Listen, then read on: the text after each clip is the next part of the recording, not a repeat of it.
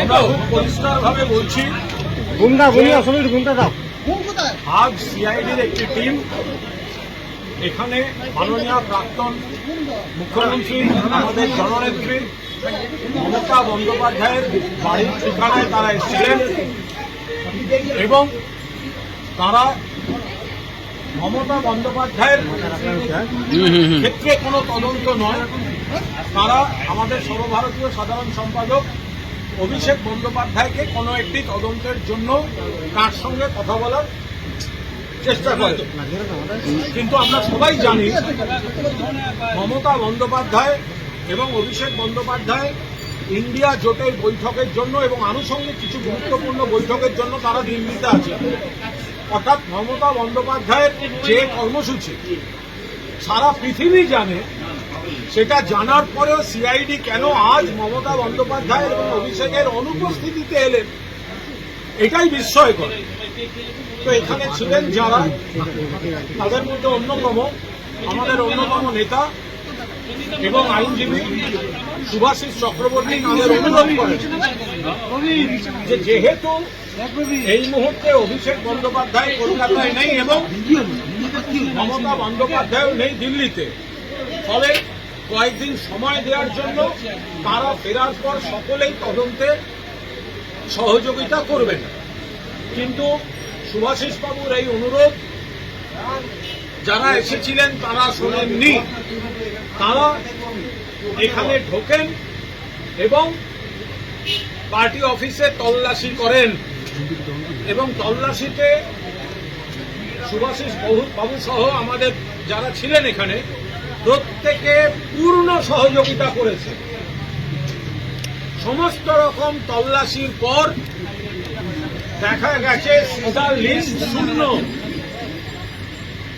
সমস্ত রকম তল্লাশির পর সব নথিপত্র দেখার পর দেখা গেছে সিজার লিস্ট শূন্য।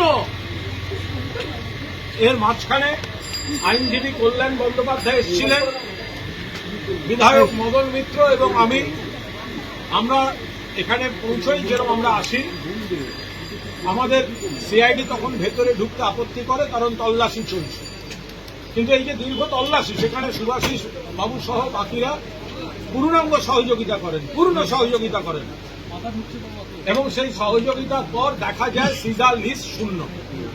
তাহলে এমন কি দরকার ছিল যে মমতা বন্দ্যোপাধ্যায় রোজ এখানে বসেন, রোজ ইচ অ্যান্ড এভরিডে, 7 বারের সাংসদ, 4 বারের কেন্দ্রীয় মন্ত্রী, 2 বারের রেলমন্ত্রী, 3 বারের মুখ্যমন্ত্রী, জননেত্রী মমতা বন্দ্যোপাধ্যায় যিনি এখানে বসেন, এখানে থাকেন, যেখানে সকলে জানেন ঘোষিত কর্মসূচি ইন্ডিয়া ব্লকের বৈঠকের জন্য যাবেন এবং তারপর আনুষঙ্গিক গুরুত্বপূর্ণ বৈঠক আছে, সেখানে কেন তার অনুপস্থিতির দিনটাকে বেছে নেওয়া হলো?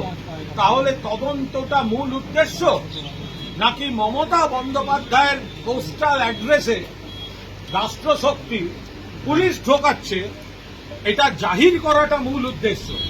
আর যদি এত তথ্যের, এত ইনফরমেশনের ভিত্তিতে প্রাক্তন মুখ্যমন্ত্রীর বাড়ি তল্লাশি হলো, তাহলে সিজার লিস্ট শূন্য কেন? তাহলে সিজার লিস্টটা শূন্য কেন? আপনারা যে তদন্তে এসেছিলেন সিজার লিস্ট শূন্য দেখিয়ে গেছেন। আমরা আবার বলছি, মমতা বন্দ্যোপাধ্যায়ের অনুপস্থিতিতে একজন মহিলা নেত্রী এবং প্রাক্তন মুখ্যমন্ত্রী একটা সময় দেশের একমাত্র ছিলেন, তার উচ্চতার জাতীয় এবং আন্তর্জাতিক পরিচিত বাঙালি মহিলা নেত্রী, হয়তো 1 মাস হয়েছে নানাভাবে তাকে বিরোধী দলের, তার দলকে বিরোধী শিবিরে পাঠিয়ে দেওয়া হয়েছে। কিন্তু তারপর থেকে যেটা চলছে একটা ভয়ঙ্কর প্রতিহিংসা, এবং আজকে সেটা সব রকম সৌজন্যের সীমা অতিক্রম করে দিল। মাননীয় মমতা বন্দ্যোপাধ্যায় যেখানে থাকেন, যেখানে রোজ বসেন, মানুষের সঙ্গে দেখা করেন, নেতাদের সঙ্গে দেখা করেন, তিনি 2 দিনের জন্য নেই। সারা পৃথিবী জানে কেন নেই এবং কোথায় আছেন। সেটা জানার পরেও তার অনুপস্থিতিতে তার বাড়িতে তল্লাশির নামে পুলিশ ঢোকানো হলো। এটা বাংলা রাজনীতিতে একটা কুৎসিত নিদর্শন হয়ে রইল এবং এটা যে কত বড় প্রহসন ছিল এবং প্রতিহিংসা ছিল তার প্রমাণ হচ্ছে सीजर लिस्ट शून्य। देखिए आज यहाँ पर ममता बनर्जी के घर में हमारा ऑफिस में ऑल इंडिया तृणमूल कांग्रेस का जो ऑफिस है वो ऑफिस में सीआईडी इन्वेस्टिगेशन के लिए वो लोग आए थे। ममता जी दिल्ली में, ममता जी और अभिषेक बनर्जी जी दिल्ली में थे। इंडिया ब्लॉक का मीटिंग और follow up important meeting Subhashish Chakraborty request किया कि ममता दीदी नहीं है, अभिषेक अभी नहीं है, थोड़ा दिन मौका दीजिए। और वो तो यहाँ पर ही थे, अब 2 दिन पहले क्यों नहीं आए? तो वो लोग नहीं माना, पूरा इन्वेस्टिगेट किया। लॉयर कल्याण बनर्जी थोड़ी देर के लिए यहाँ पर थे, एमएलए मदन मित्रा, हम लोग यहाँ पर आए थे तो सीआईडी अंदर घुसने नहीं दिया, उनका इन्वेस्टिगेशन का मैटर है। लेकिन जब सुभाषिष चक्रवर्ती पूरा कोऑपरेट किया उसके बाद जो सीजर लिस्ट है वो है नील। सीजर लिस्ट में बड़े बड़े अक्षर से लिख दिया है नील, कुछ नहीं मिला। सीजर लिस्ट जीरो है, जीरो नील। तो ममता बनर्जी को ढूंढते वहां पर ममता बनर्जी को कोई क्वेश्चन करने नहीं आया, अभिषेक जी को वो क्वेश्चन करके इसलिए उन्होंने यहाँ पर आया था। लेकिन सुभाषिष जी बोला था 2 दिन, थोड़ा दिन टाइम दे दीजिए। क्या है इतना दिन तो ममता दीदी थे यार।